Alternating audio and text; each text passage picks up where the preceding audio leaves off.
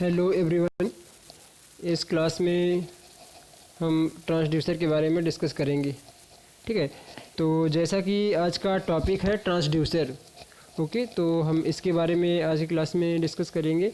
जो आपका कंटेंट होगा ट्रांसड्यूसर में वो कुछ इस प्रकार से आपको यहाँ पर दिखाया गया है, जैसे what is transducer, electrical transducer, classifications, selection criteria of the transducers, basic construction of transducer, resistance, temperature detector, thermistor, LVDT, RVDT, strain gauge, burden tube, and application advantage and disadvantage।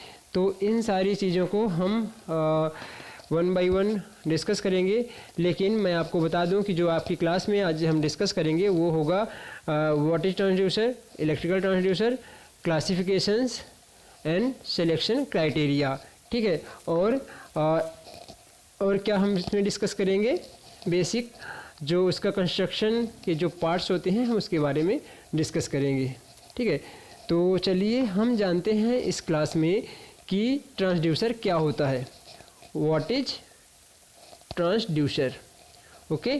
तो जैसे कि यहाँ पर आपको बताया गया, the transducer is defined as the device which convert the one form of energy into another form of energy. ठीक है, ट्रांसड्यूसर एक ऐसी डिवाइस होती है जो एनर्जी के एक फॉर्म को दूसरे फॉर्म में कन्वर्ट करती है। ठीक है, ट्रांसड्यूसर एक ऐसी डिवाइस है जो एनर्जी के एक फॉर्म को दूसरे फॉर्म में कन्वर्ट करने का काम, रूपांतरित करने का काम करती है। ठीक है, तो हम ऐसा क्यों करते हैं, क्योंकि हमको किसी भी क्वांटिटी को मेजर करने के लिए यदि हम किसी भी फिजिकल क्वांटिटी को, कोई भी नॉन इलेक्ट्रिकल क्वांटिटी को इलेक्ट्रिकल क्वांटिटी में हम कन्वर्ट कर देंगे तो हम उसको आसानी से मेजर कर सकते हैं, उसको आसानी से हम डिटेक्ट कर सकते हैं। ठीक है, तो जो हमारी नॉन इलेक्ट्रिकल क्वांटिटी होती हैं उनके मापने के लिए ये आवश्यक होता है। ठीक है, कि ऐसी कोई भी सेंसिटिव डिवाइस का उपयोग किया जाए जिससे जो भी नॉन इलेक्ट्रिकल क्वांटिटी है या कोई फिजिकल क्वांटिटी है उसके मैग्नीट्यूड को इलेक्ट्रिकल क्वांटिटी में कन्वर्ट कर दिया जाए और फिर उसको आसानी से मेजर कर लिया जाए। ठीक है, क्योंकि इलेक्ट्रिकल क्वांटिटी को मेजर करना आसान होता है। आप किसी भी इलेक्ट्रिकल क्वांटिटी को कहीं पर भी ट्रांसफ़र करके उसका मेजरमेंट कर सकते हैं। मतलब कहीं पर आपकी फिजिकल क्वांटिटी है, आपसे 10 मीटर, 100 मीटर, 200 मीटर, 1 किलोमीटर दूर भी यदि आपकी फिजिकल क्वांटिटी है, उसको आप इलेक्ट्रिकल क्वांटिटी में कन्वर्ट करके केबल के माध्यम से उसको ट्रांसफ़र करके आप 1 किलोमीटर, 2 किलोमीटर दूर भी बैठकर आप उसको मेजर कर सकते हो, जबकि फिजिकल क्वांटिटी को इतना दूर से मेजर करना संभव नहीं होता है। ठीक है, तो इसके कई एडवांटेजेस होते हैं इलेक्ट्रिकल क्वांटिटी मेजर करने के। तो उस एडवांटेजेस को देखते हुए, उस लाभ को देखते हुए, उस प्रॉफिट को देखते हुए इलेक्ट्रिकल क्वांटिटी में कन्वर्ट किया जाता है। कोई भी नॉन इलेक्ट्रिकल क्वांटिटी या फिजिकल क्वांटिटी को मेजर करने के लिए सबसे पहले हम इलेक्ट्रिकल क्वांटिटी में चेंज करते हैं। तो यहाँ पर हमको ट्रांसड्यूसर का इस्तेमाल करना होता है किसी भी फिजिकल क्वांटिटी। इसमें तो ट्रांसड्यूसर तो एक ऐसी डिवाइस होती है, कोई भी एनर्जी का फॉर्म हो उसको हम किसी भी एनर्जी के फॉर्म में कन्वर्ट करने का काम करते हैं। ठीक है, तो इसको हम ट्रांसड्यूसर कहेंगे। ठीक है, आई थिंक सभी को क्लियर होगा। ठीक है, इसमें एग्जाम्पल बताए गए हैं। ये विभिन्न प्रकार के ट्रांसड्यूसर्स होते हैं, जैसे टेम्परेचर ट्रांसड्यूसर, थर्मोकपल ट्रांसड्यूसर, ठीक है, RTD resistance temperature detector, thermistor, resistive position transducer, displacement transducer and strain gauge. तो ये विभिन्न प्रकार के ट्रांसड्यूसर यहाँ पर आपको बताए गए हैं। ये एग्जाम्पल्स है, ये ट्रांसड्यूसर के एग्जाम्पल्स हैं। चलिए हम इसको ब्लॉक डायग्राम के माध्यम से देखते हैं। तो ये ब्लॉक डायग्राम है, आपको यहाँ पर ब्लॉक डायग्राम दिखाया गया है। ओके, तो देखेंगे यहाँ पर फिजिकल क्वांटिटी दिया, ट्रांसड्यूसर को हमने इनपुट फिजिकल क्वांटिटी दिया और यहाँ पर हमको आउटपुट में इलेक्ट्रिकल क्वांटिटी में कन्वर्ट कर दिया। मतलब ये एनर्जी का एक अलग फॉर्म था और यहाँ पर दूसरे फॉर्म में एनर्जी को कन्वर्ट किया है। तो ट्रांसड्यूसर का मेन फंक्शन क्या है कि कोई भी दूसरे फॉर्म की एनर्जी को किसी और फॉर्म की एनर्जी में कन्वर्ट करना। ओके, तो यहाँ पर फिजिकल क्वांटिटी को इलेक्ट्रिकल क्वांटिटी में कन्वर्ट कर दिया गया है। ठीक है, ये एक्साइटेशन होता है, ये अलग से डीसी सोर्स के माध्यम से ट्रांसड्यूसर को एक्साइट किया जाता है, जिससे ये फिजिकल क्वांटिटी को इलेक्ट्रिकल क्वांटिटी में कन्वर्ट करने के लिए प्रोसेस करता है। ओके, ठीक है, फिर हम इस क्लास में देखेंगे इलेक्ट्रिकल ट्रांसड्यूसर। ओके, हम इलेक्ट्रिकल ट्रांसड्यूसर के बारे में डिस्कस।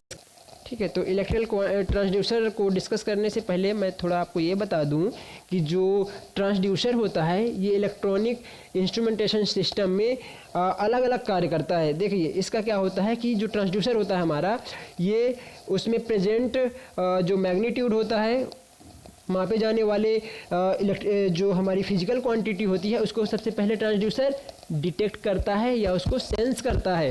ठीक है, सबसे पहले उसको खोजेगा, उसका अनुभव करेगा, फिर उसके बाद क्या करता है कि ये प्रोपोर्शनल इलेक्ट्रिकल आउटपुट में हमको सिग्नल प्रदान करता है।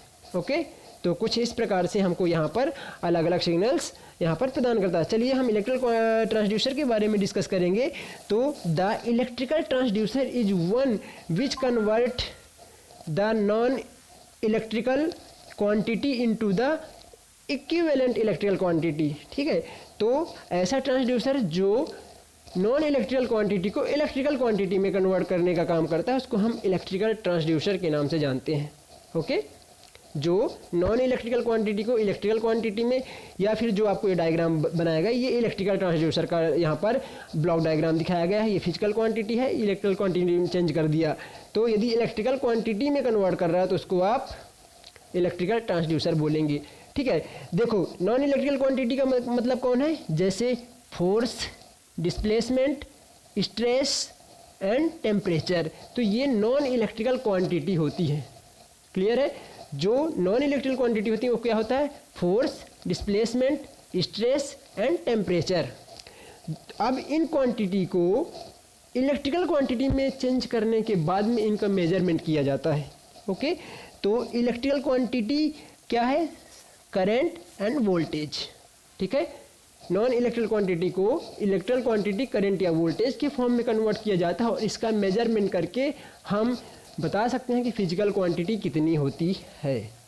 ठीक है, फिर इसके बाद आप देखेंगे कैरेक्टरिस्टिक्स ऑफ ट्रांसड्यूसर या सिलेक्शन क्राइटेरिया ऑफ ट्रांसड्यूसर्स, या आप इसको कह सकते हैं कि ट्रांसड्यूसर के प्रॉपर्टी या ट्रांसड्यूसर के क्या गुण होना चाहिए, किस प्रकार का ट्रांसड्यूसर अच्छा कहा जाएगा।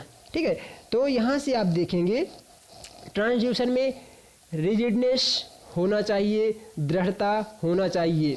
ठीक है, ये वह प्रॉपर्टी होती है जिसमें ट्रांसड्यूसर ओवरलोड को सहन करने में कैपेबल होता है। ओके, जिसमें ट्रांसड्यूसर ओवरलोड को सहन करने में कैपेबल होता है। ठीक है, सक्षम होता है। इसमें ओवरलोड प्रोटेक्शन हेतु एक प्रोटेक्टिव डिवाइस लगी होती है। ठीक है, जो ट्रांसड्यूसर को प्रोटेक्शन प्रदान करती है ओवरलोड से। ओके, सेकेंड आप देखेंगे लीनियरिटी, संरेखिकता। ठीक है, इसको हम हिंदी में संरेखिकता बोलते हैं। तो ट्रांसड्यूसर को सिमेट्रिक एवं लीनियर आउटपुट उत्पन्न करने में ये कैपेबल होना चाहिए। ठीक है, ट्रांसड्यूसर को सिमेट्रिक एवं लीनियर आउटपुट उत्पन्न करने में सक्षम होना चाहिए। इसका मतलब क्या है, किसी इनपुट के लिए आउटपुट लीनियर होना चाहिए। इन शॉर्ट, किसी भी इनपुट के लिए, नॉन लीनियर हो, लीनियर हो, कोई भी इनपुट हो, लेकिन आउटपुट में आपको लीनियरिटी होना चाहिए। ओके, फिर इसके बाद में देखेंगे रिपीटेबिलिटी, इसको हम हिंदी में बारंबारता बोलते हैं।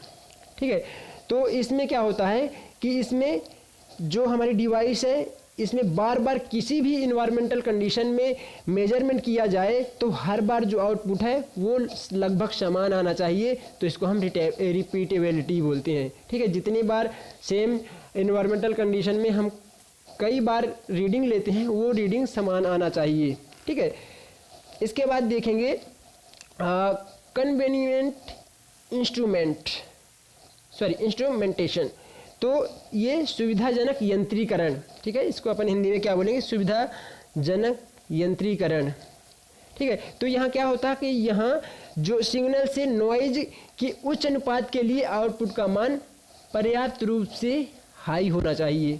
ठीक है, ताकि ट्रांसड्यूसर को इंस्ट्रूमेंटेशन में सुविधापूर्वक प्रयोग किया जा सके।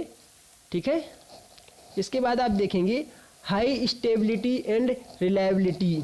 ठीक है, उच्च स्थिरता एवं विश्वसनीयता। जो भी हमारा इंस्ट्रूमेंट होता है, जो हमारा ट्रांसड्यूसर होता है, ये हाई स्टेबिलिटी और हाई रिलायबिलिटी वाला होना चाहिए। मतलब इसकी स्थिरता अच्छी होनी चाहिए और ये विश्वसनीय होना चाहिए। ठीक है, मापन में कम से कम त्रुटि वाला इंस्ट्रूमेंट होना चाहिए। ठीक है, तथा जो हमारा टेम्परेचर और जो वाइब्रेशन एवं अन्य जो इन्वायरमेंटल चेंजेस होते हैं उनमें से हमारे इंस्ट्रूमेंट प्रभावित नहीं होना चाहिए।